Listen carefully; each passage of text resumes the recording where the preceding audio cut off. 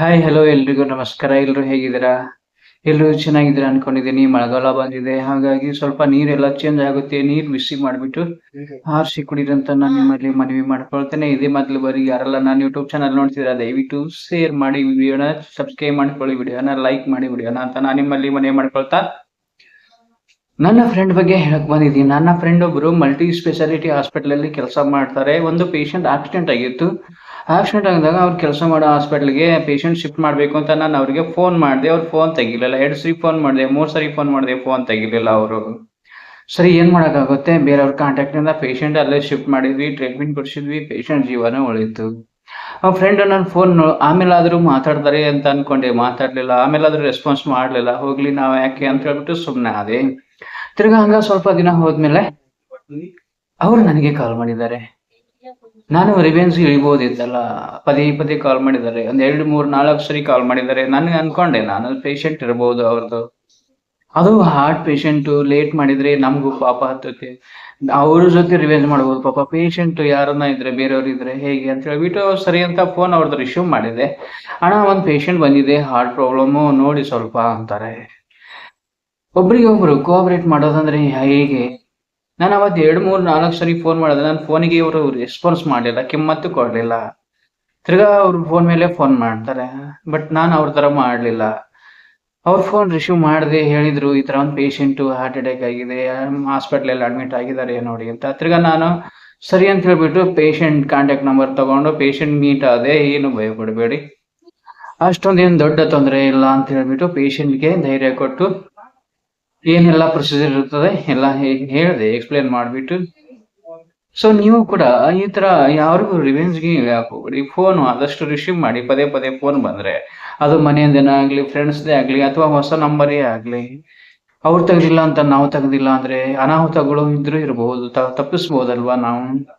So ಹಾಗಾಗಿ ಈ ವಿಷಯ ನಿಮ್ಮ ಹತ್ರ ನಾನು ಶೇರ್ ಮಾಡ್ಕೋಬೇಕು ಅನ್ಸಿತ್ತು, ನಿಮ್ಗೆ ಹೇಳ್ಬೇಕು ಅನ್ಸಿತ್ತು.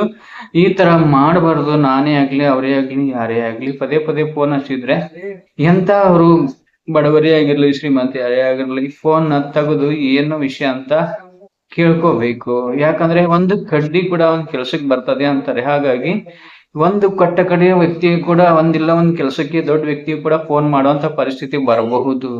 ಹಾಗಾಗಿ ನಾನು ಈ ವಿಚಾರ ನಿಮ್ ಜೊತೆ ಹೇಳ್ಕೊಳ್ಳೋದು ಇಷ್ಟೇ. ಯಾರನ್ನ ನೆಗ್ಲೆಕ್ಟ್ ಮಾಡಬೇಡಿ. ಯಾವುದೇ ಫೋನ್ ಕಾಲ್ ಬಂದ್ರು, ಪದೇ ಪದೇ ಬಂದ್ರು ತೆಗೆದು ರೆಸ್ಪಾನ್ಸ್ ಮಾಡಿ. ವಿಷಯ ಏನೇ ಇರ್ಲಿ, ನಿಮ್ಮಿಂದ ಆದ್ರೆ ಹೆಲ್ಪ್ ಮಾಡೋದಿಲ್ಲ ಅಂದ್ರೆ ಇಲ್ಲ.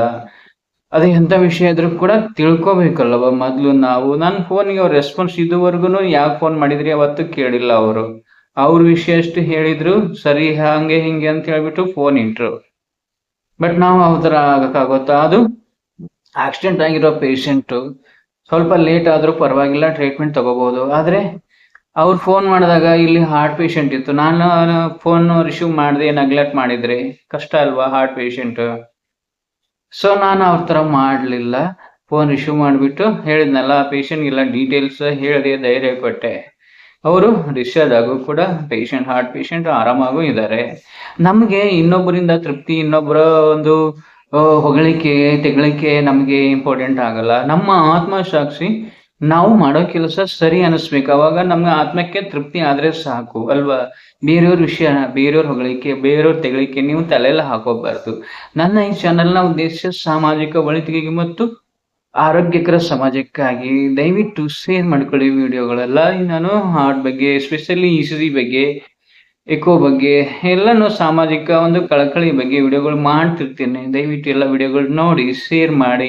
ಏನಾದರೂ ನನಗೆ ಸಜೆಸ್ಟ್ ಮಾಡೋದಿದ್ರೆ, ಸಲಹೆಗಳು ಕೊಡೋದಿದ್ರೆ ದಯವಿಟ್ಟು ಕಮೆಂಟ್ ಬಾಕ್ಸ್ ಅಲ್ಲಿ ನನಗೆ ಖಂಡಿತ ಮೆಸೇಜ್ ಮಾಡಿ. ಪರ್ಸನಲ್ ನಂಬರ್ ಬೇಕಾದ್ರೂ ನಾನು ಕೊಡ್ತೀನಿ, ಕಾಂಟ್ಯಾಕ್ಟ್ ಮಾಡಿ ಮಾತಾಡ್ಬೋದು ನನ್ನ ಜೊತೆ ಕೂಡ. ದಯವಿಟ್ಟು ಸಪೋರ್ಟ್ ಮಾಡಿ ನನ್ನ ಒಂದು ಚಾನಲ್ಗೆ ಅಂತ ನಾನು ನಿಮ್ಮಲ್ಲಿ ಮನವಿ ಮಾಡ್ಕೊಳ್ತಾ, ಆಗ್ಲೇ ಹೇಳಿದ್ನಲ್ಲ ಮಳೆಗಾಲ ಬಂತು, ಬಿಸಿ ನೀರು ಕುಡೀರಿ. ಎಸ್ಪೆಷಲಿ ಹಾರ್ಟ್ ಪೇಷಂಟ್ ಇದ್ರೆ ಬನ್ರಿ. ಹಾರ್ಟ್ ಪೇಷಂಟ್ ಇದ್ರೆ ಫ್ರೆಂಡ್ ಬಂದಿದ್ರು, ಇರ್ಲಿ. ಸ್ಪೆಷಲಿ ಹಾರ್ಟ್ ಪೇಷಂಟ್ ಅಂತ ಇರ್ತಾರಲ್ಲ, ಅವರು ಸ್ವಲ್ಪ ಮಳೆಗಾಲದಲ್ಲಿ ಹುಷಾರಿರ್ಬೇಕು. ತುಂಬಾ ತಣ್ಣೀರ್ ಕುಡಿಯೋದಾಗ್ಲಿ, ತಣ್ಣೀರ್ ಸ್ನಾನ ಮಾಡೋದಾಗ್ಲಿ, ಚಳಿಲಿ ಓಡಾಡೋದಾಗ್ಲಿ, ಟ್ಯಾಬ್ಲೆಟ್ ಎಲ್ಲ ಬಿಡೋದಾಗ್ಲಿ, ಈ ಧೂಮಪಾನ ಮದ್ಯಪಾನಗಳು ಎಲ್ಲ ಮಾಡಕ್ ಹೋಗ್ಬೇಡಿ ದಯವಿಟ್ಟು. ಇತ್ತಿತ್ಲಾಗೆ ಹಾರ್ಟ್ ಪ್ರಾಬ್ಲಮ್ ತುಂಬಾ ಜಾಸ್ತಿ ಆಗ್ತಿದಾವೆ. ಚಿಕ್ಕ ಚಿಕ್ಕ ಯುವಕರು ಹಾರ್ಟ್ ಅಟ್ಯಾಕ್ ಇಂದ ಕೈ ಮೀರ್ತಿದ್ದಾರೆ. ಸೊ ನಾವು ಜೀವನ ಶೈಲಿ ಇಷ್ಟು ಬದಲಾವಣೆ ಮಾಡ್ಕೊಂಡ್ರು ಕೂಡ ಅದನ್ನ ತಡೆಗಟ್ಟಕ್ ಆಗ್ತಿಲ್ಲ ಹಾರ್ಟ್ ಪ್ರಾಬ್ಲಮ್ನ. ಸೊ ಏನೇ ಇದ್ರು ಹುಷಾರಾಗಿರಿ. ಚೆಸ್ಟ್ ಪೇನ್ ಅಂತ ಅಂದ್ರೆ ಸೀದಾ ನೀವು ಹಾರ್ಟ್ ಹಾಸ್ಪಿಟಲ್ಗೆ ಹೋಗಿ, ಇಲ್ಲಾಂದ್ರೆ ಲೋಕಲ್ ಹಾಸ್ಪಿಟಲ್ ಹೋಗಿ ಇ.ಸಿ.ಜಿ ಮಾಡ್ಕೊಳ್ಳಿ, ಪ್ರಾಬ್ಲಮ್ ಇದೆಯೋ ಇಲ್ಲೋ ಅಂತ ಕನ್ಫರ್ಮ್ ಮಾಡ್ಕೊಳ್ಳಿ. ನಿಮಗೋಸ್ಕರ ಇಲ್ಲಾಂದ್ರೆ ನಿಮ್ಮನ್ನು ನಂಬಿರೋ ಜೀವಗಳಿಗೋಸ್ಕರ ಆದ್ರೂ ನೀವು ಆರೋಗ್ಯಕರವಾಗಿ ಚೆನ್ನಾಗಿರಿ. ಕೆಟ್ಟ ಚಟಗಳು ಬಿಡಿ, ಸಮಾಜದಲ್ಲಿ ಒಳ್ಳೆಯವರಾಗಿ ಬಾಳಿ ಬದುಕೋಣ ಅಂತ ನಾನು ನಿಮ್ಮಲ್ಲಿ ಮನೆ ಮಾಡ್ಕೊಳ್ತಾ, ಯಾವ ವಿಷಯ ಹೇಳ್ತಾ ಇನ್ಯಾವ ವಿಷಯಕ್ಕೆ ಬಂದಿದ್ದೀನಿ ನಾನು. ಏನೇ ಇರಲಿ, ನೀವುಗಳು ಕೂಡ ಫೋನ್ ರಿಸೀವ್ ಮಾಡದೆ ನೆಗ್ಲೆಕ್ಟ್ ಮಾಡಬೇಡಿ. ಎಷ್ಟೇ ಆದ್ರೂ ನಿಮ್ಮಿಂದ ಏನೇ ಆದ್ರೂ ಎಷ್ಟೇ ಆದ್ರೂ ಹೆಲ್ಪ್ ಮಾಡ್ತಾ ಹೋಗಿ. ಸಾಮಾಜಿಕವಾಗಿ ಒಂದು ಒಳ್ಳೆ ಕೆಲಸ ಮಾಡೋಣ ಅಂತ ನಾನು ನಿಮ್ಮಲ್ಲಿ ಕೇಳ್ಕೊತೀನಿ. ಮತ್ತೆ ಮುಂದಿನ ವಿಡಿಯೋದಲ್ಲಿ ಸಿಗ್ತೀನಿ. ಅಲ್ಲಿವರೆಗೂ ತಮ್ಮೆಲ್ಲರಿಗೂ ನಮಸ್ಕಾರಗಳು.